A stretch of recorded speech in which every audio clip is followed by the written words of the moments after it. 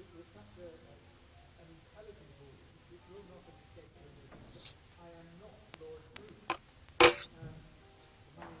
My name is Barry Gardiner, and normally I speak at the end of all of this rather than at the beginning. But I'm sorry to say that Lord Bruce is indisposed this afternoon. He's not well, and therefore he's sent his apologies. That is a source of sorrow, but the source of joy is that he has also prescripted his remarks, and therefore I will deliver them to you, probably not in as refined a Scottish accent as he would have done, but in a Scottish accent nonetheless. Good afternoon and welcome to the Democracy Forum. I'm delighted that so many of you have decided to attend the seminar today, and I'm very grateful to all our speakers who have answered the invitation to participate. Our seminar topic, Extremism in the UK, a discussion of threats and challenges, tackles extremism in all its forms, but principally the existence of jihadism and the consequent rise of Islamophobia. Extremism is a growing phenomenon that risks destabilizing our society and poisoning community relations. In seeking to identify this threat, it is important to understand the origins of extremist behavior and its true nature. In facing up to the challenges which confront our society, of course, we must be vigilant. We mustn't sacrifice the freedoms that define our open and inclusive democracy. Since 1995, Asian Affairs magazine, together with the Democracy Forum, has published fearlessly to expose the shallow roots of political discourse that has stunted democracy in so many countries of the Middle East and South Asia. In an ethnically diverse society such as ours, it is a fallacy to believe that extremism can be contained to a faraway place or isolated to prevent wider contamination. Not only is extremism prevalent in many places in the UK today, but inevitably it is connected in cyberspace by myriad threads around the world. It's important that we understand it for what it is. Extremism is a parasite that feasts off fear and hatred. In tracing its causes, we must be able to debate freely the flawed ideology that it espouses, but also we must be careful to understand the motives of its adherents. Salman Rushdie was quick to defend the decision of PEN America to honor Charlie Hebdo, the French satirical magazine, following the murder of its editorial staff by Al-Qaeda in 2015. Rushdie asked, "Why can't we debate Islam? It is possible to respect individuals, to protect them from intolerance, while being skeptical about their ideas.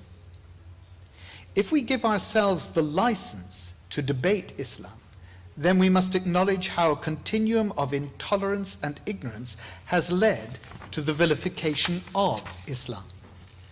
Shortly before his death in 2003, Edward Said, the Palestinian-born historian, rewrote the foreword to his seminal work, Orientalism. Saddened by the spectre of continuing chaos in the Middle East, Said bemoaned the absence of statecraft in Washington. Quote, "It is quite common to hear high officials speak of changing the map of the Middle East, as if ancient societies and myriad peoples can be shaken up like so many peanuts in a jar," he wrote. But just as worrying for him as a professor of literature was the creeping evidence of a cultural myopia, propelled in part by the declining relevance of the humanities and the teaching of comparative studies. Instead of reading in the real sense of the word, he wrote, our students today are often distracted by the fragmented knowledge available on the internet and mass media. The writer Fatima Bhutto, whose recent book, The Runaways, explores the reason why young people abandoned their comfortable middle-class lives to join ISIS, believes they were not radicalized in the way we might think. The cause is more complex, but perhaps it is also more banal. Just as Edward Said complained about the fragmentation of knowledge, Bhutto believes that young people who support jihadist causes are swayed by beliefs that reflect a general alienation from society. Radicalism is not about religion, but the conversation is always that it is about religion. It's absolutely a category error, she writes. Actually, it's about power, and it's about nationalism, and it's about isolation and pain. Bhutto's view of the essential banality of contemporary radicalization of young Muslims chimes with Tariq Ramadan, president of the European Muslim Network. Young people may be drawn to a cause, to lend new meaning to their lives, to overcome their daily frustrations and give them feelings of pride, he writes, but they must be seen more as propaganda victims than consciously responsible for their actions. It's no secret that Tariq Ramadan has been a critic of the British government's central counter-radicalisation initiative, PREVENT. As many of you will be aware, the government published the terms of reference for an independent review of PREVENT at the beginning of the week. When it was first launched by the Home Secretary Amber Rudd, PREVENT's central premise was criticised by the independent reviewer of terrorism legislation, David Anderson QC, who warned that the programme is clearly suffering from a widespread problem of perception. It is perverse that PREVENT has become a more significant source of grievance in affected communities than the police, he added. The lack of transparency encourages rumour and mistrust to spread and to fester. It's interesting and revealing that the terms of reference for the review of PREVENT are connected to many of the issues which will be discussed here today. I congratulate the Democracy Forum for convening such a relevant seminar, for having the courage to tackle controversy and expose contradiction, and yet again make a profound contribution to an important concern of our time. Good legislation clearly needs to be debated widely and vigorously if it has any chance of being accepted by the community for whom it is written. I'm sure our speakers will rise to the challenge, and I wish you well in your deliberations this afternoon. And I'm sure all of us wish him well in his recovery. Thank you very much.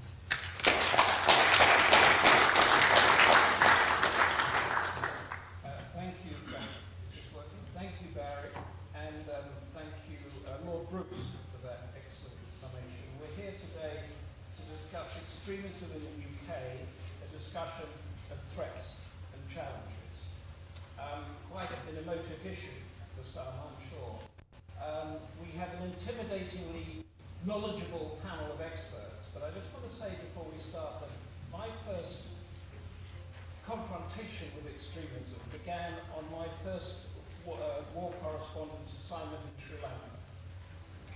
And it was only then that it occurred to me how it operated. The first story I did was when some Tamil villagers had been slaughtered by the government army of the Sinhalese. And I went and interviewed the victims and then went back to the Sinhalese government people who said, well, we have to defend ourselves, otherwise we will get taken over completely by the Tamils. Some years later, there was another massacre that I covered, this time by the Tamils slaughtering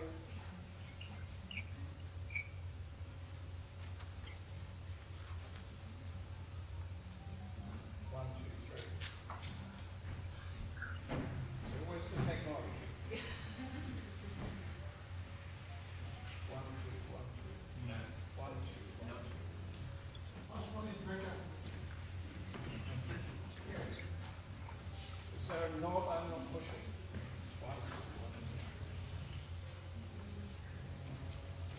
Humphrey, this mic was working, so perhaps use this one. Where did I shift over? If it will stretch. Okay. Thank you, Barry. Are you okay? How did you do that? I switched it. 1, 2, 1, 2. Thank you. Did everybody not hear any of that? I'll pick up from midway. I was in Sri Lanka in my first assignment as a war correspondent, and I covered a massacre of Tamil villagers by the government's predominantly Sinhalese army. A massacred village looks very much like a massacred village wherever you are, whatever color of the skin, and whatever religion. They justified it by saying that if they hadn't done that, they would be taken over, the Sinhalese people would be taken over by the Tamils and cease to exist, and therefore it was justifiable. There were several other massacres, but I did another one some years later, where this time the Tamil Tigers, who had become one of the most ferocious terror groups in the world, had massacred a Sinhalese village on the east coast. At the time I was in London, and I went down to where the Tamil Tigers had an office in Clapham, and we went out and had a Sri Lankan meal in a Clapham restaurant with them. And I said to the man who ran a Tamil newspaper here, I said, "Why did you do that?" And he said, "Don't you understand, we have to. We have to show them that they can't massacre our villagers and we won't massacre theirs." I said, "But there are women and children and the elderly there." He said, "It doesn't matter." He said, "It doesn't matter. It is a legitimate weapon of war." And then I think, if you remember, in 2009, there was the end of the Tamil War, and there were a number of demonstrations in London. And the man I had been speaking to was standing in College Green, where we see so many people now, and he was standing next to a number of prominent, well-known British MPs, shoulder to shoulder, because, of course, there was a human rights abuse taking place in a military operation. And I could see then how this all fits into place. Why were the MPs there? Yes, there was a human rights abuse taking place, but more so they needed the Tamil votes and the Tamil money to fund their election campaigns. And that's why we had it. Now, if you take that situation and you take it all over the world, and that extremism, in what I've said, comes from two things. Firstly, there is when you feel the system doesn't work for you anymore. That could be a psychological story that you're telling yourself, but it's still a story that can propel you over that divide from debate to violence. And secondly, as we heard from Barry Gardiner or Lord Bruce, is that there are vested interests at work that will find those people who think the system doesn't work for them and then corral them into a militia force that will then become an extremist terror force, which is what we saw with Al-Qaeda, the Ku Klux Klan, and ISIS. So that's my sort of encapsulation of my personal experiences with extremism. And now we're going to drill down on it into the, as I said, formidably intimidating panel of experts that we've got. A slight reversal of the order that you've got here. We're going to begin with Dr. Elizabeth Pearson, who is going to talk about masculinity in the UK's radical right from Swansea University. She's also done a lot of very detailed research, for example, into female suicide bombers in West Africa and what makes them do what they do. That's going to be followed by Dr. Paul Stott on my right here. Elizabeth Pearson, by the way, is going to be with us on Skype. And no filming, no photographs, no recording at all of what she's going to tell us, because it's that detailed and that interesting. So please adhere to that. Dr. Paul Stott from the Henry Jackson Society, the Center for the Response to Radicalization and Terrorism. He's going to tell us about the venues where Islamist extremists gather and how diverse they are. It's not just mosques. Wait to hear what he's got to say. And then Dr. Edgar Tempo here on my left. He's done studies into the decision-making that was made in the UK terror, defense and intelligence agencies post 9/11, up from 9/11 up to 2009, the good things and the mistakes, presumably, that we're going to hear that were made. So let's begin with Dr. Pearson on Skype, and as I mentioned again, no